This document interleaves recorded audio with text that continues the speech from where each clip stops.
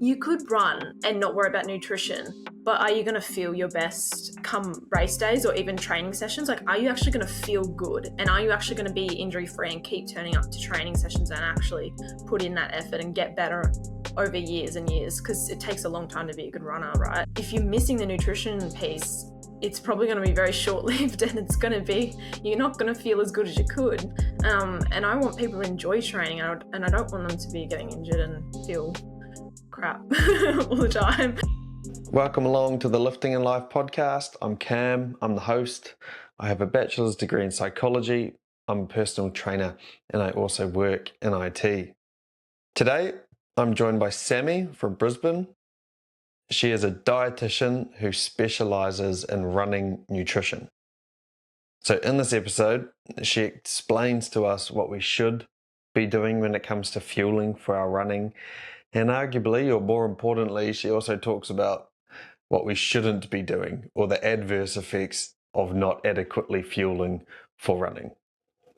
Specifically, she goes over different formulas and tips when it comes to carbohydrate and electrolyte intake for different distances or duration of time that you're running, starting at the 5K, that 5 to 10K, 30 minutes to an hour of running.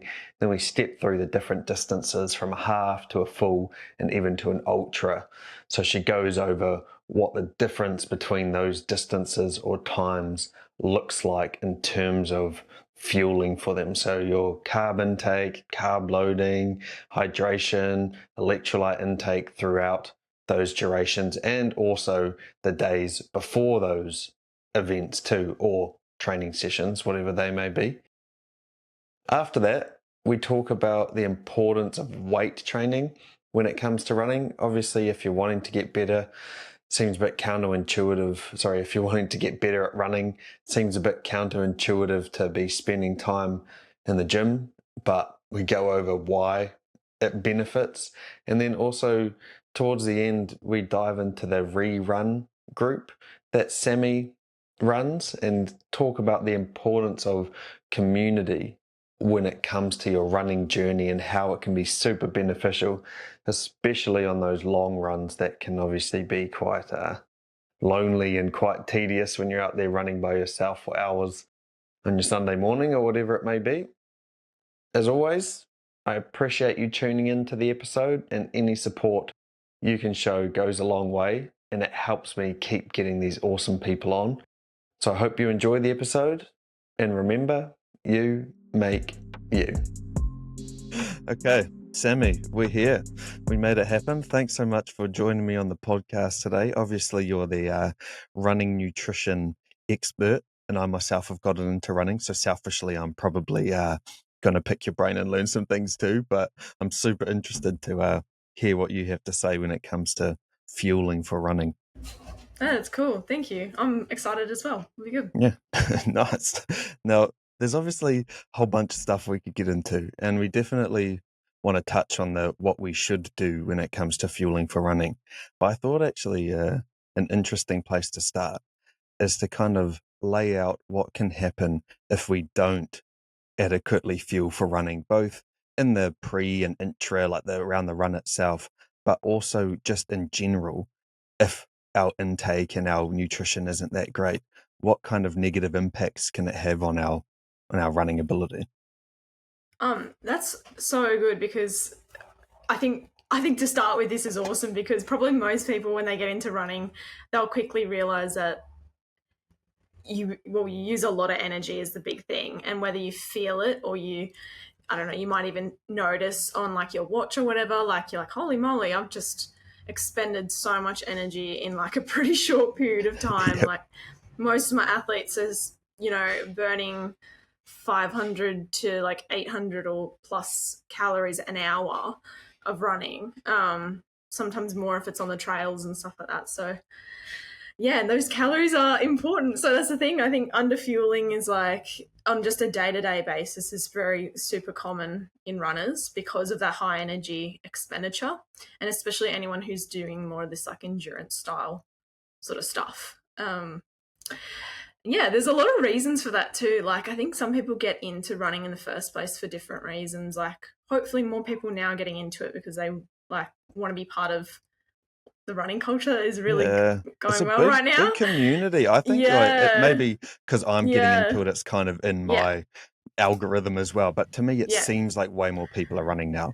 Yeah, heaps more. Yeah, I think it's insane. Like all the marathons and stuff are sold out here in Australia. It's yeah, like it's like ridiculous. craziness. Yeah, Yeah, it's actually I don't think it's ever happened before. So it's very exciting. But yeah, obviously that just means like oh, hopefully most people are I don't know, it's a thing like thinking about their nutrition at least a little bit and understanding that yeah, their energy expenditure is going to go up like crazy once they start doing all the training for different events and stuff like that.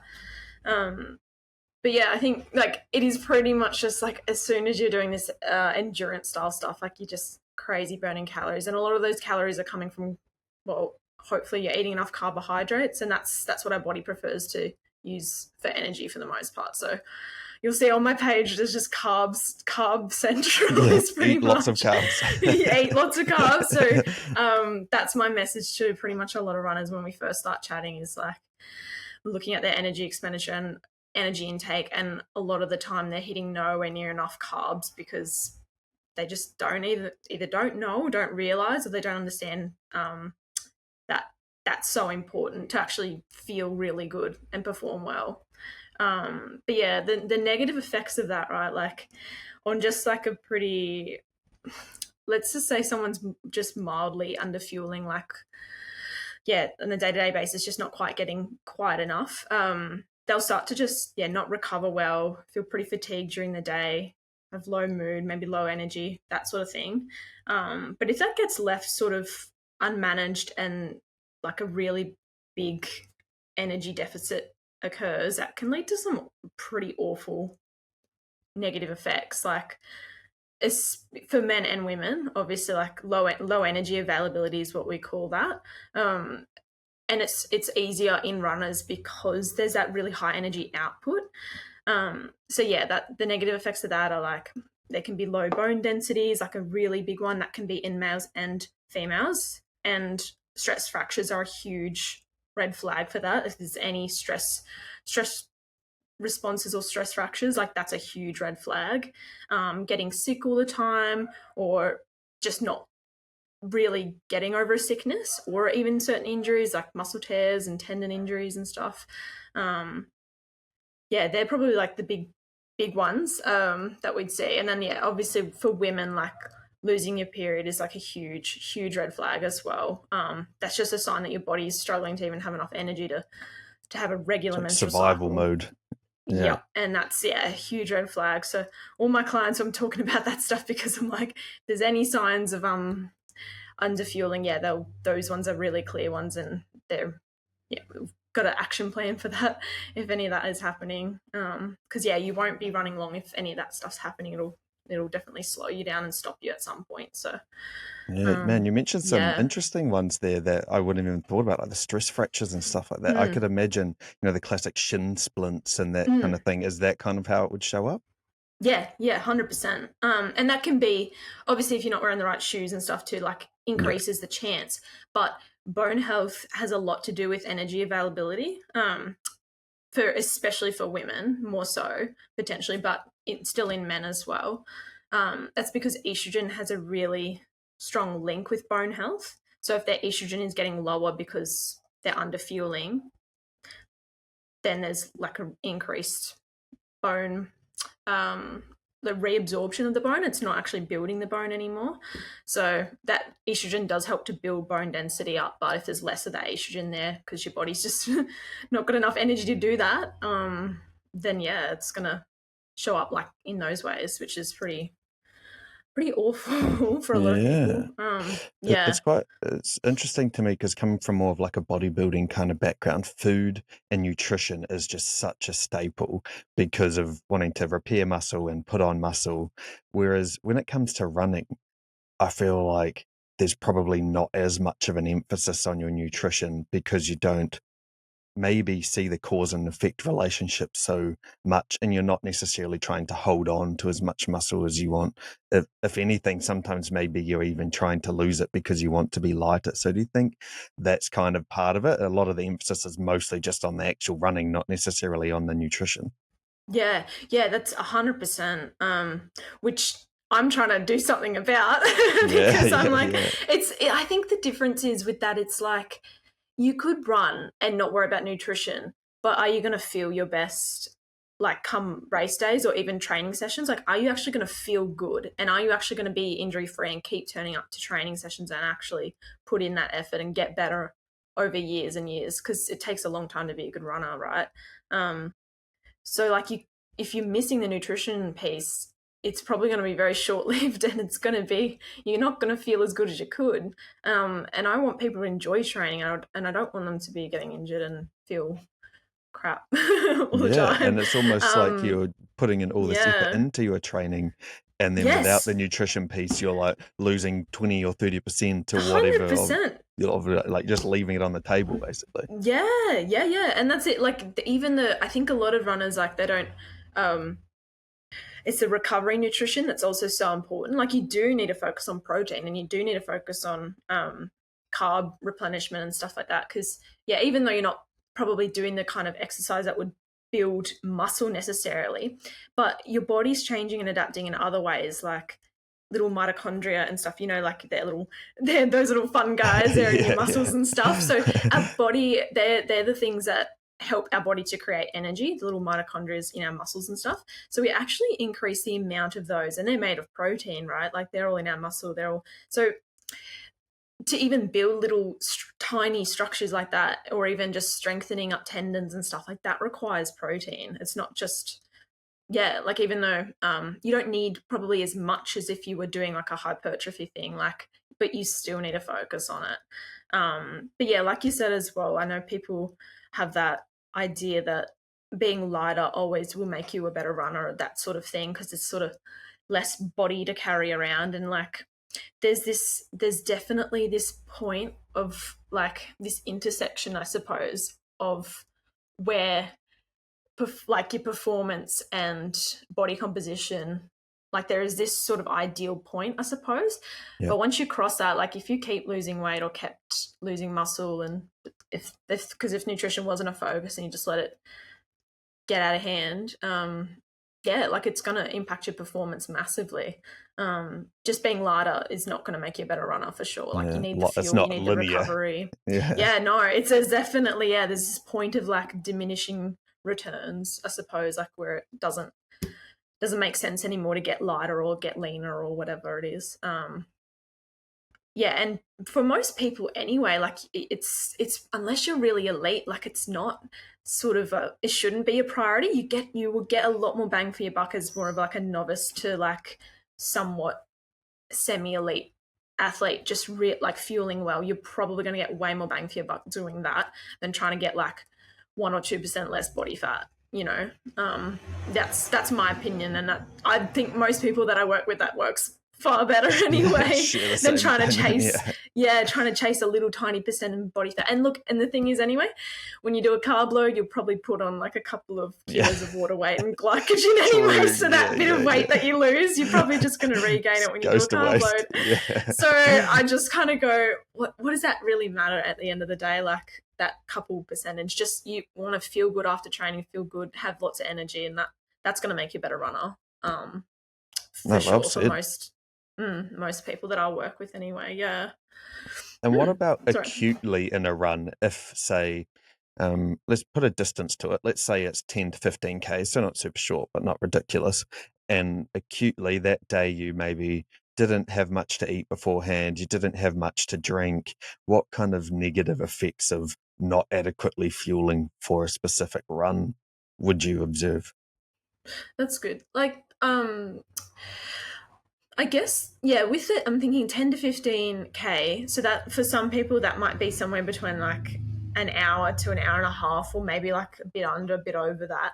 Yeah. So that's sort of borderlining the point of where you may notice if you hadn't fueled well. So in the days before, even thinking like, or day of, if your glycogen stores weren't pretty well topped up, there's a risk of you at anywhere towards that 90 minutes or so mark, like there's a risk of you getting that hitting the wall feeling is what it is. And that's going to be, I reckon most people know what I'm talking about when I say that, hitting the wall. Just not functioning anymore. Yeah, you just get this really weird, like heavy, it's like a wave goes over you and there's just this, you get heavy legs.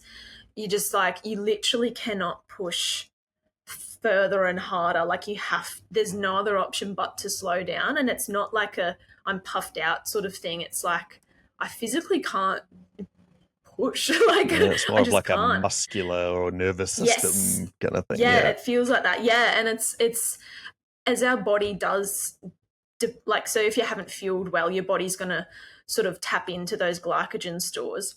And we know that they're the things that can limit extended, like, endurance performance. That your glycogen stores are like gold. Like, they're like, if they go, there's no coming back. So after that, like, yeah, so if you hadn't fueled up for the day or hadn't fueled up around that training session, that's going to be the thing that's going to stop you from like doing a good run. And then, you know, even around that as well, like hydration and stuff that can impact, like if you're going, you know, getting up first thing in the morning, yeah, you know, haven't drank anything for like 8 hours and you go for a run without even a sip of water, like, you know, it's already gonna, like, we know dehydration or like being slightly dehydrated does impact just the way your muscles function and stuff as well.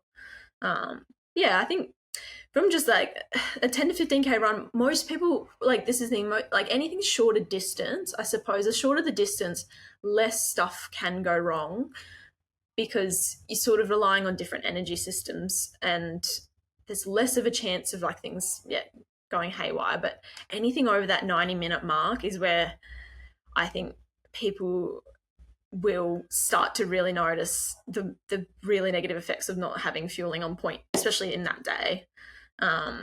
Yeah, because most people, like, even if you get that hit the wall feeling, you know, I guess it sort of sucks, but it's not gonna, you're not gonna get dehydrated and it's too far and not.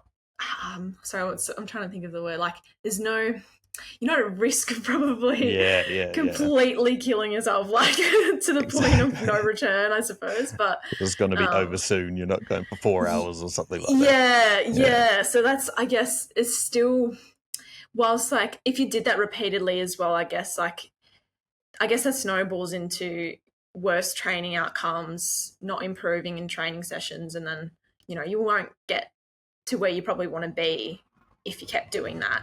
So I guess on that sense, like a longer term, there is more negative effects. But yeah, you're not going to pass out and die or anything, I suppose. At least that's anyway. which is good, you know. But you know, in like the marathon distance and stuff or further, like, yeah, people get, if they don't do anything, like some people not doing anything with their electrolytes or not drinking water, like it can be pretty brutal, like people collapsing and stuff like that. Exactly. I was going to say your cells need the sodium and the potassium, and it's not just muscle contractions, it's all your cells need that for energy. So if you deplete that all the way down, even your cognitive function and stuff, it just goes.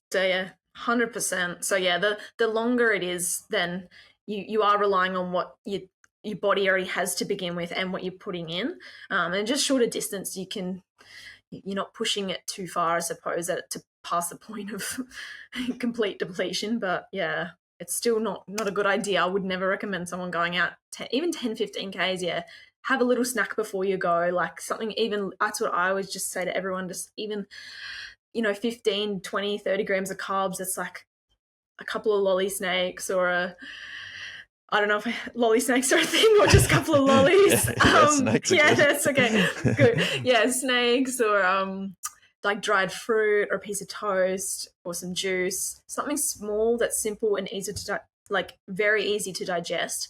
That can just give our body enough energy to fuel even like 30, 40 minutes of pretty good training, and then you will have a little bit of glycogen there too. So at least you're not going to feel awful energy wise, and it's probably not a bad idea to have some water, and if you're a heavy sweater, like some electrolytes too can be helpful if you're a sweaty sweaty person. person.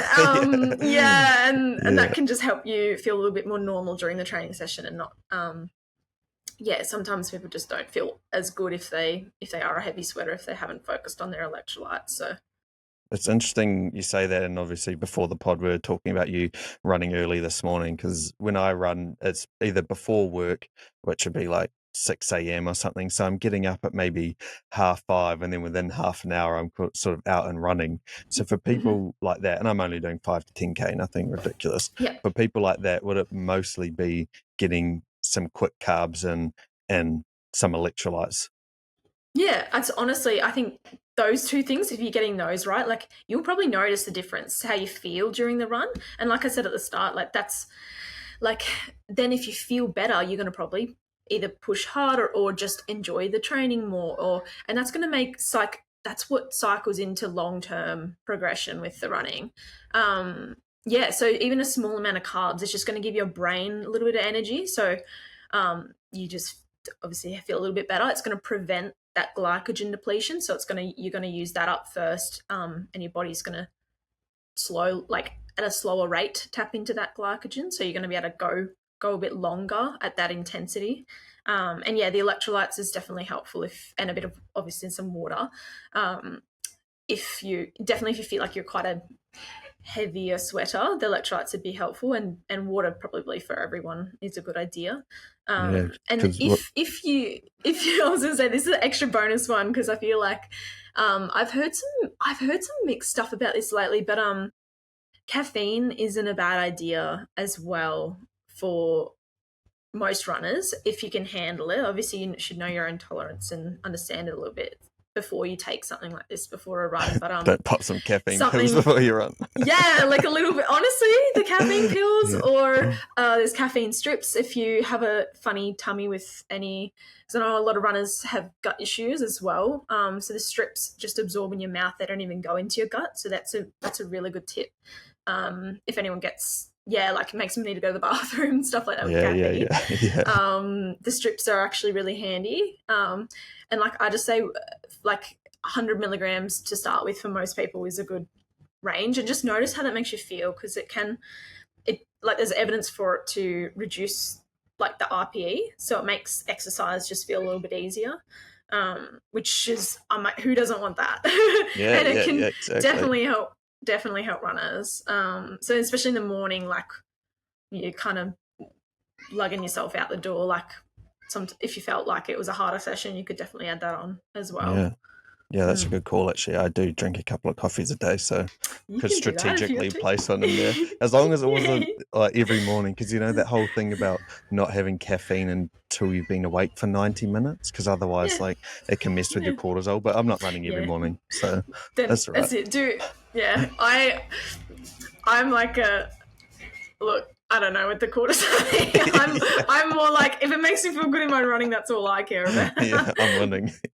That's it.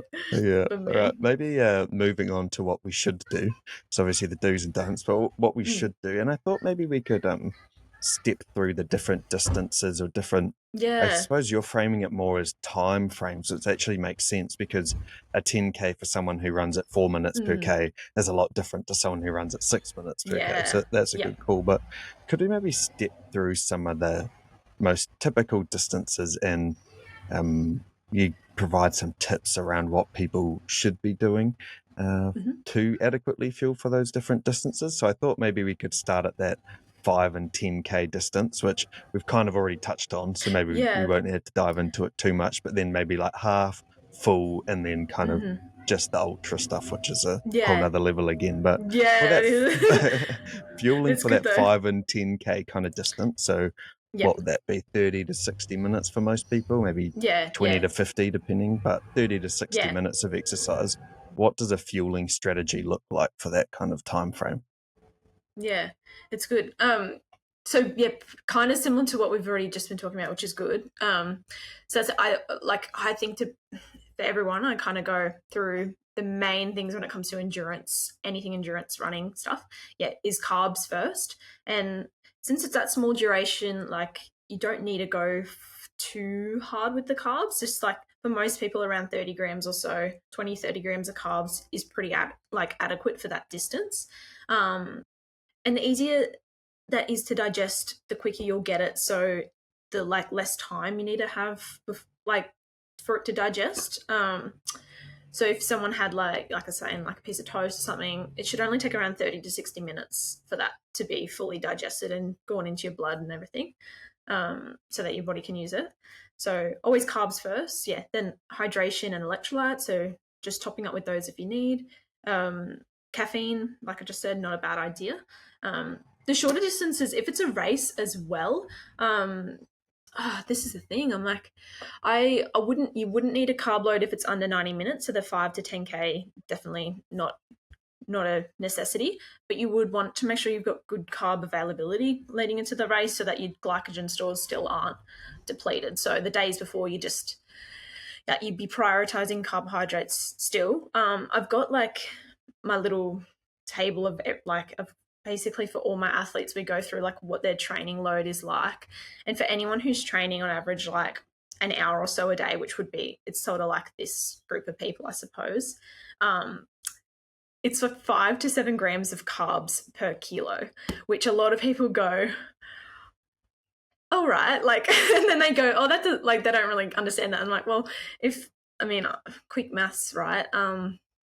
Like 300 grams of carbs as a minimum for someone who's 60 kilos, right?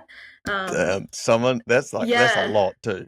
Yeah, well, it if sounds someone like a doesn't lot. eat much, they would be It's like, not- holy shit, that's a lot of carbs. Yeah, so that's like probably like a average female runner I feel like that I work with is around that way, and they look at me and go, "You're crazy," and I'm like, "Well, if you want to be a good runner, that's actually what it needs to be." And because I think a lot of people go over the top with protein for runners. Like you do only need about 1.6 to 1.8 grams per kilo as a runner. That's just enough to get your body repairing and recovering muscles and things enough.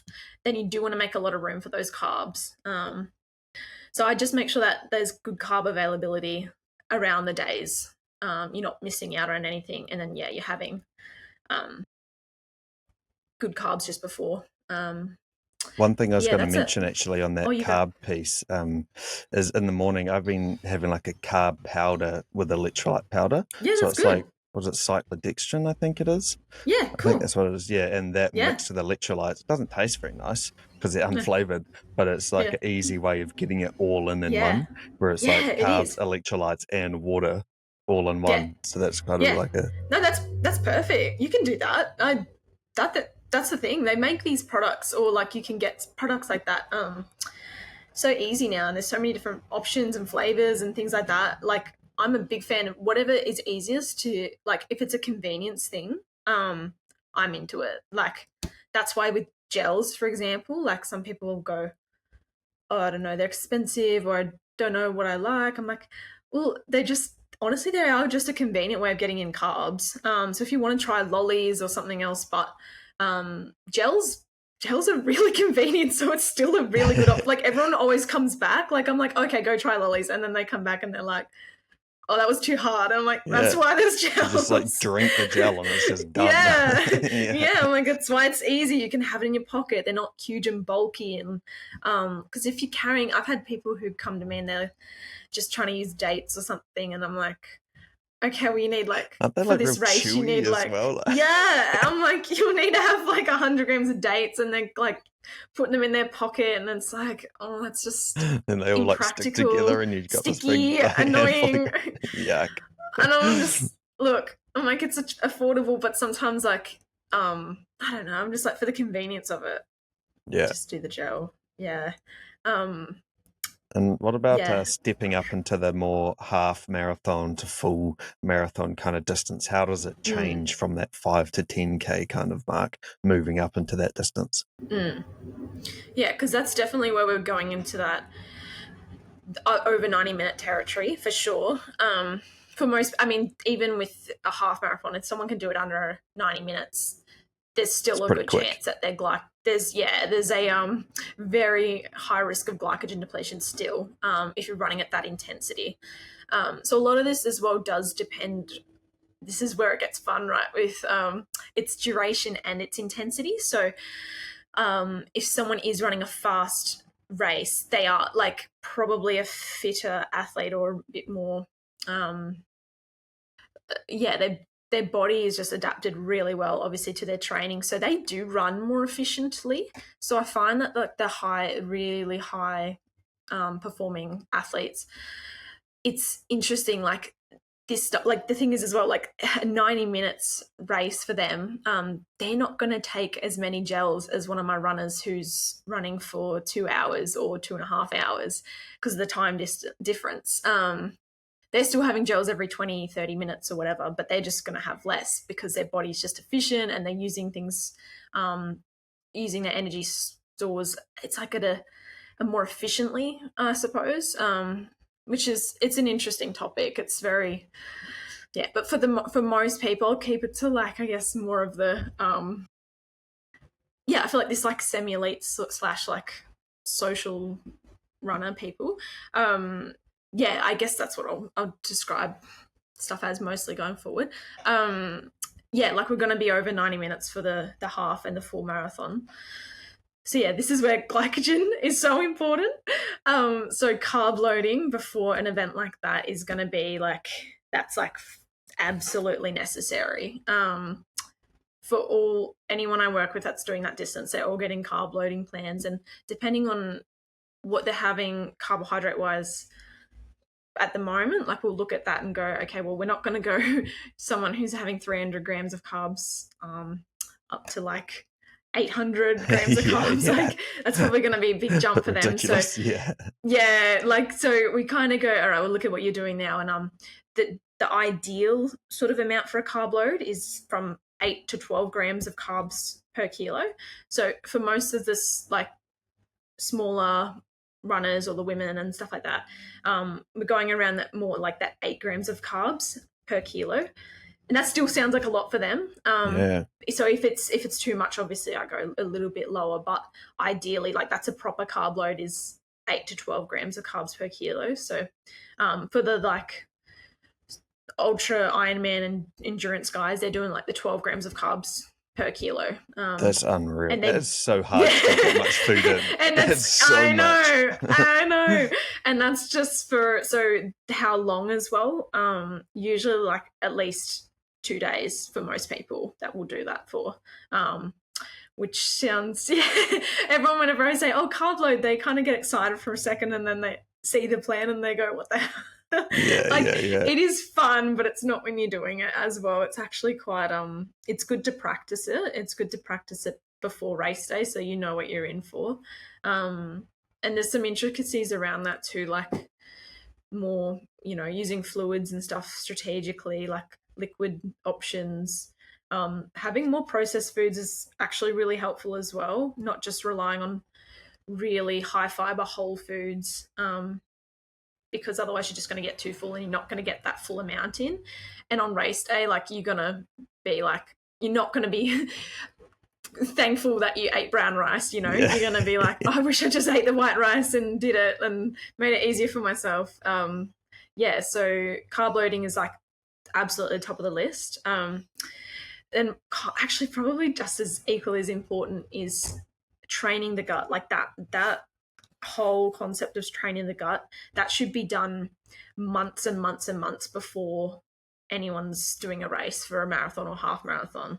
I don't know, have you heard that term before, or is that like I haven't heard the term, but I understand it, and it like relates to something like bodybuilding a lot. And I would say if you're eating rice all the time and you gradually increase your capacity to eat and process that amount of food, is that kind of like what it means by training the gut? Yeah, it's doing that during exercise. Because like, just like your gut is basically just it's a big organ, it's a big muscle, like it's actually a moving system, and it does adapt just like, when you are bodybuilding, right? Like you're progressively overloading that muscle, you're not doing the same thing each week and you're pushing it, and it's going to adapt, it's going to get stronger, it's going to have better capacity. So same with your gut. You put carbs in there the first time when you have a gel. The first time you ever have a gel, you'll probably hate it, but that's part of the process, is actually just dealing with a bit of discomfort. Your body will change as a result. It will actually, you'll be better, like your body will increase the amount of glucose transporters. So they're the little channels that take the glucose from inside the gut into your bloodstream. So you'll increase the amount of those, so you're better at getting things from your gut into your bloodstream. And yeah, just that feeling of like having stuff in your gut, that gets a lot more comfortable over time too. Because most people, like if they drink water or have anything around training, they'll get a stitch or that cramping feeling. The more you train to have food around training, have it during training, that will start to go away, because your body will adapt to it, and it'll start to realize, oh, they keep doing this. We've got to find a way to adapt somehow. to adapt, so it doesn't feel that that bad. So I suppose you're kind of going against the body's system as well by exercising and consuming 100%. Food. They seem so counterintuitive. Like, I shouldn't be eating if I'm running right now. Yeah, it is, and it's that they're completely different states. Like our body wants, when it's digesting food, it wants to be in that relaxed state, not running. It's the opposite, parasympathetic versus sympathetic. Exactly. States. It is. So it's very counterintuitive, but that's why we use simple sugars. That's why we use these really simple, easy to digest stuff, because we don't need to put that extra pressure on our body trying to eat bloody bananas and stuff while you're running. Or anyway, but obviously the intensity matters too with these like marathons and half marathons and stuff. Like you're trying to run pretty quickly. Like when it comes to the trail running and stuff, or the ultra endurance, the intensity, it's going to be a little bit lower than those because we're going for longer. But yeah, that's next stage. I'm trying to think. So yeah, training the gut. So you want to start that early, and that's having like gels, or if you do liquid carbs, or the chews or blocks, any of those forms of really simple carbs, and starting from just small amounts and working up to, for most athletes that I work with, at least 60 grams of carbs per hour for the half marathon or marathon. Some really cool people get up to 90 grams of carbs if they've been really well trained and they're doing it for a long time. But I feel like on average it's around 60, and that's pretty decent for most people to get to as like a goal. So that's like two gels an hour. Yeah. And I was going to say, an analogy that I've kind of heard is that you don't want to be trying to catch the boat later in the race. If it's already gone out, it's gone out. You want to be fueling early. Yeah. I guess it's maybe more applicable to things like triathlon. Like they say, you want to be fueling on the bike for the run, but it's like this too, I suppose. You don't want to be having a gel when you start to feel tired, or when you start to hit that wall. Oh, I better have a gel. It's too late. You've already missed the boat. Because that's those reserves, that's those glycogen stores, and once they're gone, like I said, they're gone. Like you cannot get it back. That feeling's there, it's set in, and you're mentally you're gone, you've tapped out. It's trying to delay that fatigue. That's the point of having the carbs during. Like it's trying to just keep those stores there for as long as possible, because they're your backup battery, and once that's gone, it's game over. So yeah, carbs during, and even electrolytes during these distances as well. That's probably something else that, especially for heavy sweaters, this is something to be really mindful of, because it does help the way your muscles function, is having enough of those electrolytes available to do the muscle contractions and stuff. So if you're a heavy sweater, you're losing more. So for most people, it's actually super individual how much electrolytes, but for most people, I feel like they sit around that like 300-400 milligrams per hour seems to do pretty well. But some people are insane sweaters, and if they're doing really long endurance stuff, it's a bit more than that. But especially if it's hot, like basing on the temperature and stuff as well. Exactly. Conditions make a huge difference. How much you're sweating, like, and your sweat rate changes over the course of the race too. Like you might start sweating a lot more in the first hour, and then it slows down. So that's why practicing this is all so important, and knowing what your conditions might be like on race day, or kind of, you know, if you're traveling and that's going to be hotter or cooler, it all changes that so much. It's why I have a job. Yeah, exactly. Because no one else thinks about that stuff. No, not at all. And you can get those yeah. like sweat tests and stuff done, right? Yes, to see you can. how like the Yeah. amount of electrolytes and stuff that are Yeah. coming out in your sweat. Yeah. Yeah, and you can do hydration in terms of like how much fluid you're losing. You can do that at home, like weighing before you go for a run and then weighing after. If you can do it with as minimal clothes as possible, it helps.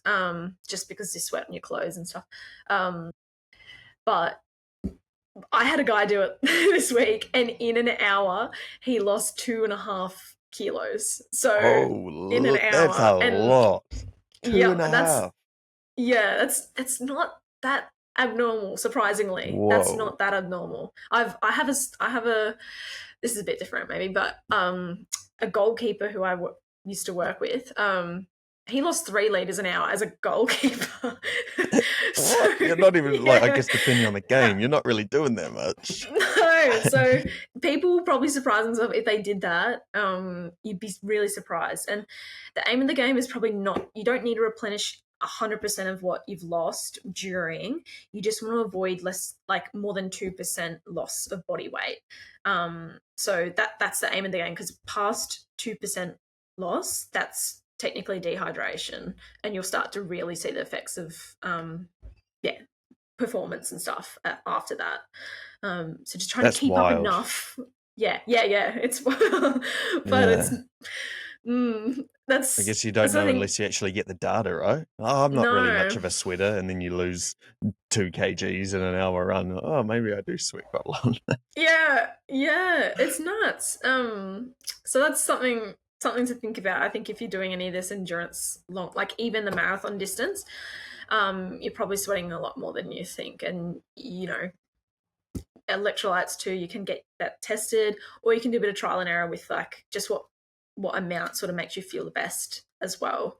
Not probably going to overdo it unless you did a silly amount of electrolytes. So yeah, and then similar with caffeine, I think I said that before. Caffeine's always going to be helpful for runners.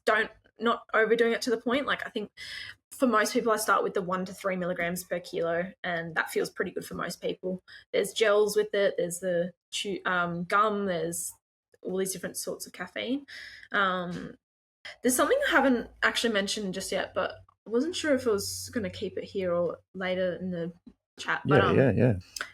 I don't know have you heard of nitrates before? That's another fun one. I don't know if that's like potassium nitrate. Like, is that a nitrate? Is that what you mean? Or I don't know if it's nitrates that the ones I'm talking about. It's actually very well studied for endurance athletes. So anyone who's doing like the marathon distance, or even half, I'll probably recommend it if they're a pretty keen athlete. They've done everything else. They've been, you know, doing their training their gut, they're hitting their 60 grams of carbs, they're doing everything right, then I'm like, okay, let's talk about nitrates, because this is like the stuff that'll give you 1 or 2% better performance. I'm gonna write it down.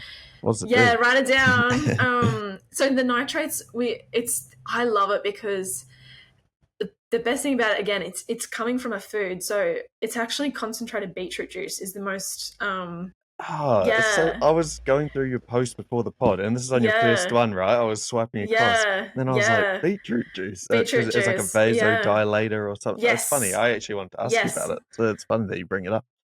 Yeah, it's honestly like one of these ones that I feel like it's our little secret weapon. I've used it a bunch of times. It's freaking awesome. I definitely feel the difference. I don't know, placebo or not, who cares? It works. Like, it does have enough evidence for it to say that it works. So it does increase vasodilation. So for endurance athletes, like, that's insane, because that's just going to push more blood flow to your muscles, get more oxygen to those muscles quicker.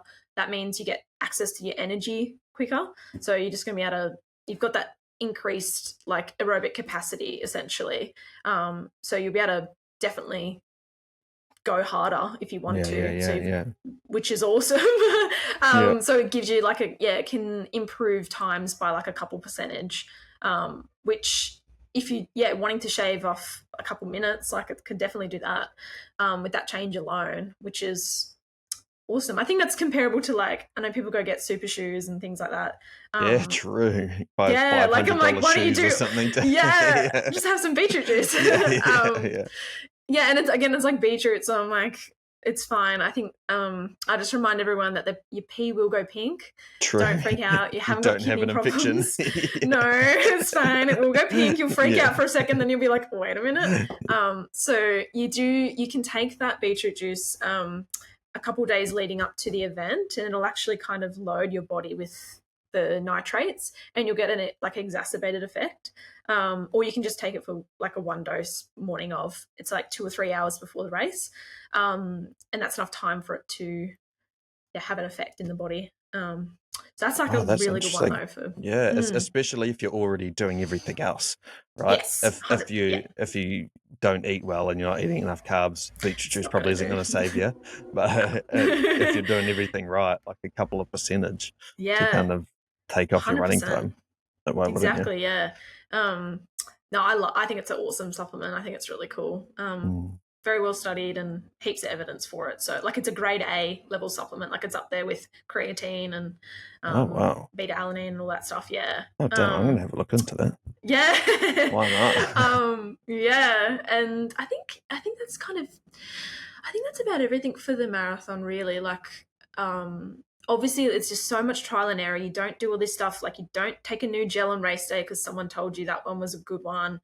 Don't listen to someone and who said, oh, take the Gatorade, and you've never tried taking Gatorade on while you're running before, because you don't know how your body's going to react. And it's just, you're much better testing everything, trying it in training and having a good plan.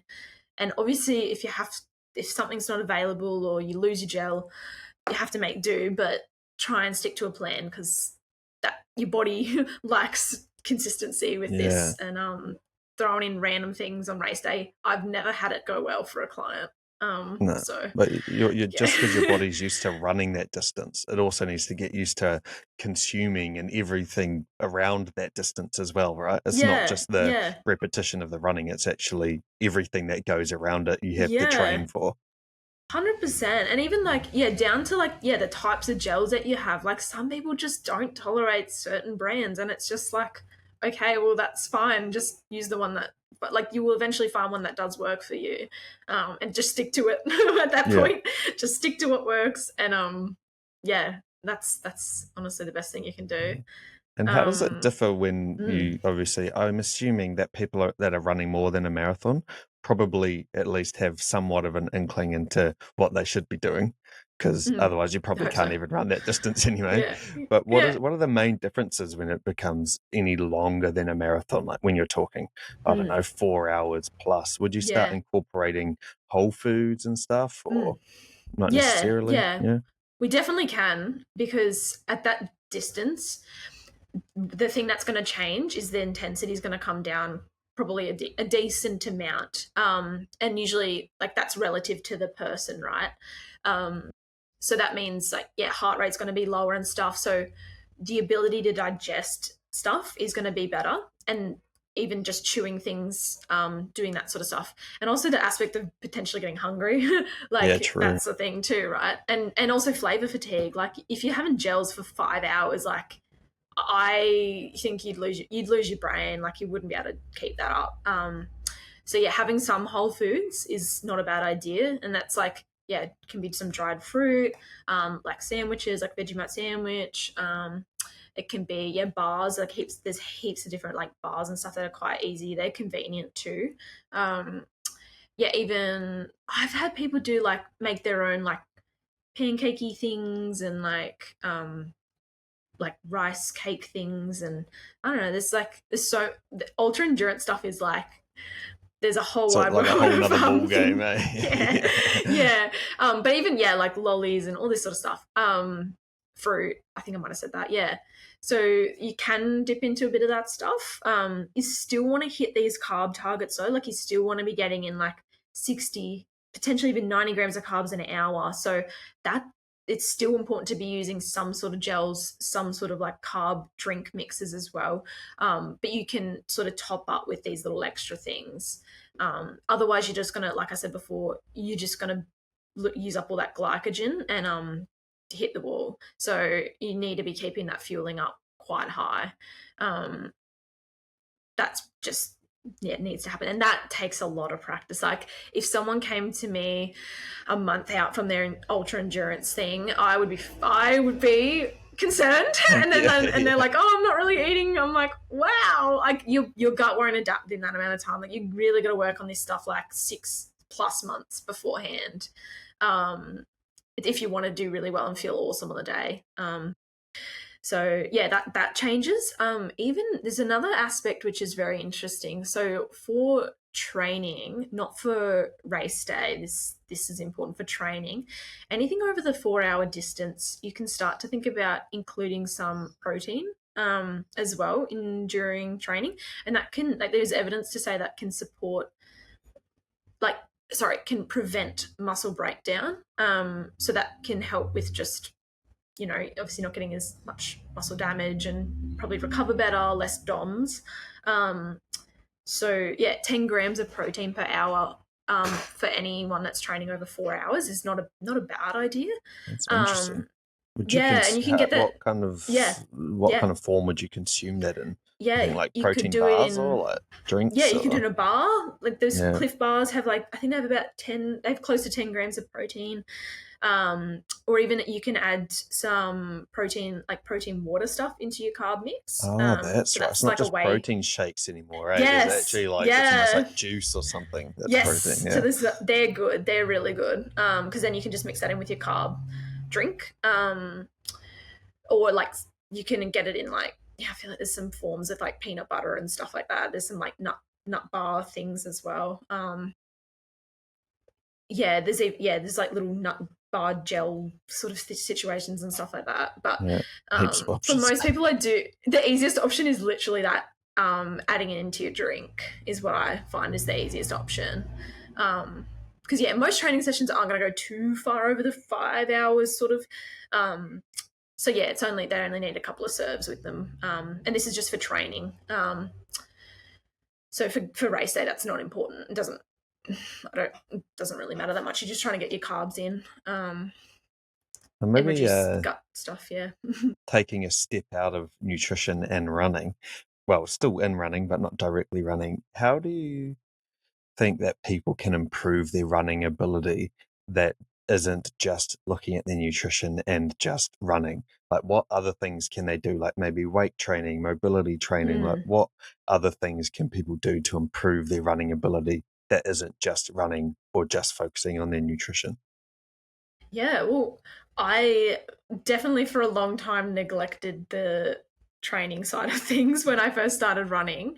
And I think that that's the thing, you've got to have at least some level of strength training in there. Otherwise things are going to go south pretty quickly, like in terms of injuries and stuff. So yeah, trying to keep some form of weight bearing training to just improve your muscle mass and continue to build that somewhat, and just strengthening up all the tendons and joints, especially in your lower half, so like around your ankles and knees and stuff. When you're doing that, you'll notice how much better you feel because of it. And even if it's doing stuff at home, I think some people just need to be doing stuff after dinner or whatever. You can still do something then, even if it's with a band or something. It's still going to be worthwhile, bit better than zero. And I think the other thing is probably some aspect of cross training is probably really helpful. True. Because if you want to get the volume in for running, but you don't want to have that constant load on your joints and your bones and stuff like that, because that can increase the risk of injury, right? If it's just too much repetitive, like a overuse sort of injury. Doing some sort of cross training, like through swimming or cycling, or rower or whatever, that can also be really helpful, just to still get that aerobic capacity and those adaptations, but without stressing your body like every single day of the week kind of thing. Yeah. Because you do need a lot of time running, but there might be a day or two where you could do cross training and get just as much benefit from the aerobic, like The your endurance cardiovascular side. aspect of it. Yeah, exactly. So. That's right. I had Pat Bowering on the pod recently, who's a ultra runner from, I don't know, maybe you know him, Ultra Chef. He's a ultra runner from Aussie. But we're having a similar conversation, and he said how much of a difference he noticed in his running ability when he started including weight training, because for ages he wasn't, and then he included the weight training, and he noticed the transfer and how much it improved his running, which shows you, because I suppose it is in a way kind of a little bit counterintuitive, because you think, if I want to get better at the running thing, then I just have to do the running thing. But if you've got, I don't know, imbalances or whatever that are making your running technique, say, inefficient, you could improve that through strength training. 100%, and like you were saying, the really good athletes are much more efficient when they're running, so they're using less energy. So if you can improve your running form through the weight training, then it's going to help you with your running.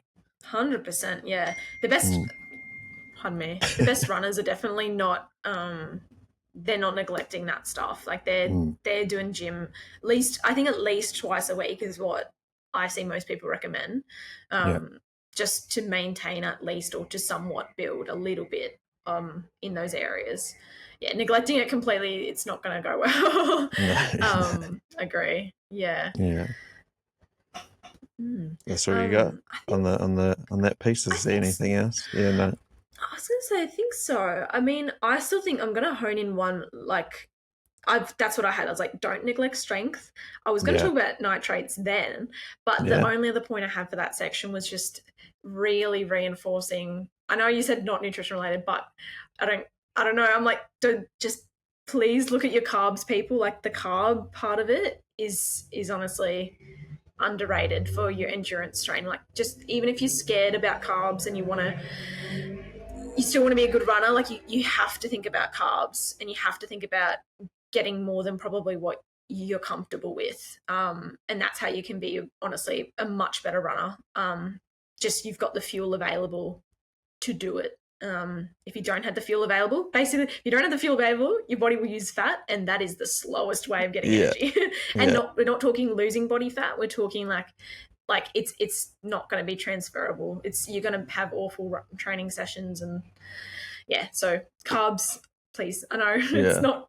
I don't know, that wasn't what you're asking for, but I saw an opportunity. What it reminded me, actually, I wanted to add something to that carb piece. Is maybe it's more of a question, actually. Do you think that people don't eat a lot of carbs, or have an apprehension to, because of these like old school fallacies that carbs are bad for you? Like just the other day, I had someone ask me, should I still be eating carbs? I've started the gym. Do you think I should still be eating carbs, or should I stop eating carbs? And I'm like, whoa, wow. I thought maybe we had like kind of overcome it, but maybe that's just because I'm in the gym fitness scene, it's just a no-brainer. But do you think that's part of it too, that people are actually scared to consume carbohydrates? Absolutely, yeah. They're scared of carbs, they're scared of sugar, and I just look. I'll be honest. My journey with like nutrition started with probably in not the most helpful way, because I had an interest in nutrition, and I thought what was healthy was to do things like restrict certain foods, not have like cut out things. I thought that would be better for your health. I was proven wrong. I went to uni thinking I would find out what the healthiest diet was in terms of like what should I eat and shouldn't I eat, and it couldn't be further from wrong. Like the best way to eat for most people, unless there's like obviously certain reasons like health related stuff, but why they can't eat certain things, is to include all of the foods. Like, and obviously portions are important, but that's the thing, you look at what percentage of your diet should be coming from carbs, and for runners it's got to be like 40, 50, even 60% of your calories coming from carbs, like potentially more for some people.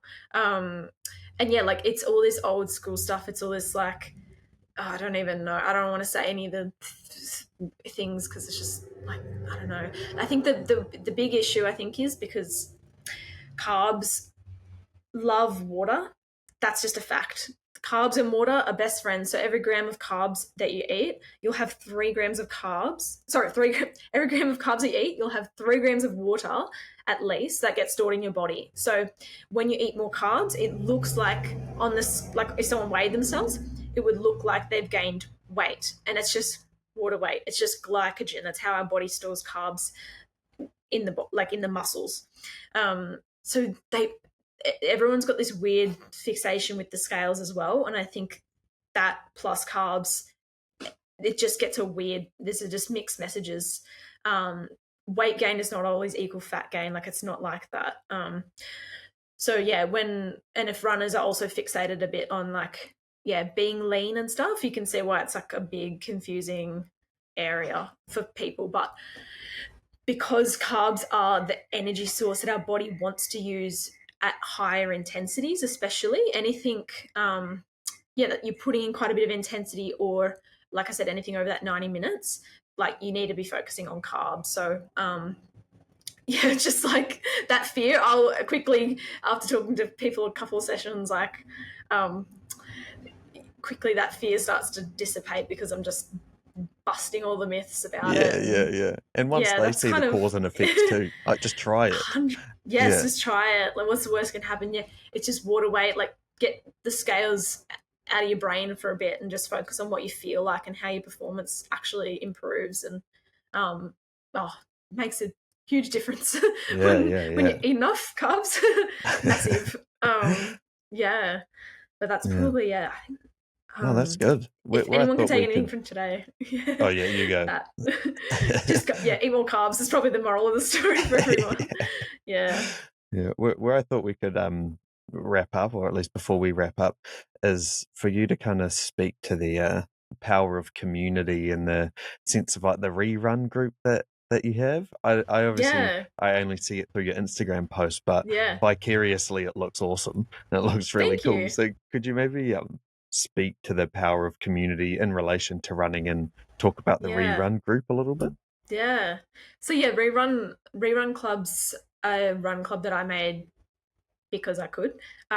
Because I'm training for a marathon in a couple months, and I think with running, it can feel really isolating if you're doing it alone. You spend a lot of time alone, and that, look, some people love that. For me, I get more out of running and more out of my exercise when I'm with people. It just is a more enjoyable experience. I think that connection, like, just it means a lot to me. So I wanted more people to get around that, and I was like, look, there's a lot of run clubs at the moment, but I think they're all different. Like, they're all slightly different. They all have slightly different people that get attract to those different clubs. And I guess the vibe that I'm trying to put out with ReRun is that, like, yeah, it's this, you can get better every time if you just like try these things. Like, I've brought electrolytes to training, like to the ReRun Club, and I'm like, talk about carb gels to people and just say, look, let's try this a little bit different next time. And just even showing up and walking it, even if you're not feeling your best, it's still just an aspect of trying to get a little bit better. And just it's, I think it's just I don't know, it's not anything too deep, I suppose, but it is just an aspect of like building that community, showing people like that you can feel good and have fun running, and it's not just super intense and stuff. Like, obviously a lot of people that do go there have running goals or are in a race coming up or something. But yeah, you can still have fun with it and still like and I think like having chats and stuff while you're running, if you can, if you're not running too far, if you can. Like, that's just, and doing it all before you go to work, like, it just sets up your day really well, and sort of get a lot of good energy from other people while you're there. So, and that's kind of speaks to that thing of you kind of become who you surround yourself with too. You can imagine if you like running, but you're not around anyone who likes running, it would be much more challenging to become a better runner and achieve these running goals versus like at least a part of your circle are these people who are also into running, maybe even more than you are. So it kind of continually sort of pulls you up as well, rather than you just kind of being in your own little echo chamber. Yeah. Yeah, 100%. And people will come there that like haven't even run before and this is their first time trying to run, or yeah, like people getting PBs and stuff, and it's just like, how good? I don't know. It's just little bits like that just feel awesome. And yeah, I think hopefully it's going to keep growing. We're doing long runs on every other weekend and things like that, and yeah, just trying to have that area where you run too is sick. I've been to Brisbane a few times. Oh, long story short, I actually lived there for a few months. So that like really? that Kangaroo Point, like all of that, that area is so nice as well. It's so nice. Such a good spot for running. Yeah. 100%. Yeah, I think the walkers probably we're very we keep to the left and stuff, but I think the walkers and the bike rider people are like, what is with the running? What is with the run clubs? There's a lot of them around Manchester, and like there's just this big group of like 50 people or something coming running down the footpath. It's nuts. I'm not at the point of doing like bloody pacing things out or something, like, you know. But like at the moment it's a pretty tight knit group, and like obviously room to grow if it does happen, but at the moment it's just, that's cool. Yeah, it's pretty cool. And if people want to check out your stuff, learn from you, follow your own sort of journey, where is the best place for people to find you? Well, probably, you probably found me through there too, as my Instagram's probably like the number one. Yeah. It's almost like a business card. I'm the most active definitely on my Instagram, and that's nourished.by.sammy. So just nourished by Sammy, you'll probably find me there. But yeah, we've got ReRun Club, and I have another sort of business called the Runner's Blueprint. So they're both in my the links in my bio. The Runner's Blueprint's a new one. I'm working with an exercise physiologist, and we're doing programs for half marathon distance. Just at the moment, that's running and nutrition stuff through like an app, which is really cool. Otherwise, if people do want to work with me just one-on-one, it's through my Instagram, the link in my bio there too. And do one-on-one consults and do very, very, very personalized stuff. And you'll get me talking about carbs and talking about nitrates and carb loading and doing it all for that person, because it is quite specific as well. But there's lots of free info on my page that you could probably get a lot of a very good start, and even just dipping into understanding a bit more about the running side of things, because that's all I'm focusing on at the moment, because it's definitely been a passion of mine for a long time, but now that everyone else is like jumping on board, I'm putting in twice as much effort into that now. It's becoming more popular. I'm just like, well, that's it, double down. I've always been a big passion, but like as well now I've got my own goals. I'm like keen to help everyone else out as much as possible. So but cool. Thank you. Yeah, that's all right. Thank you. I appreciate your time. I feel like you said the main key message is don't be afraid of carbohydrates and eat your carbs. Yes, that's it. That would be all day. Just try. If you're having any trouble, send me a message and I'll tell you what to do. Awesome. Thanks heaps for your time today, Sammy. I genuinely enjoyed that. That was fun.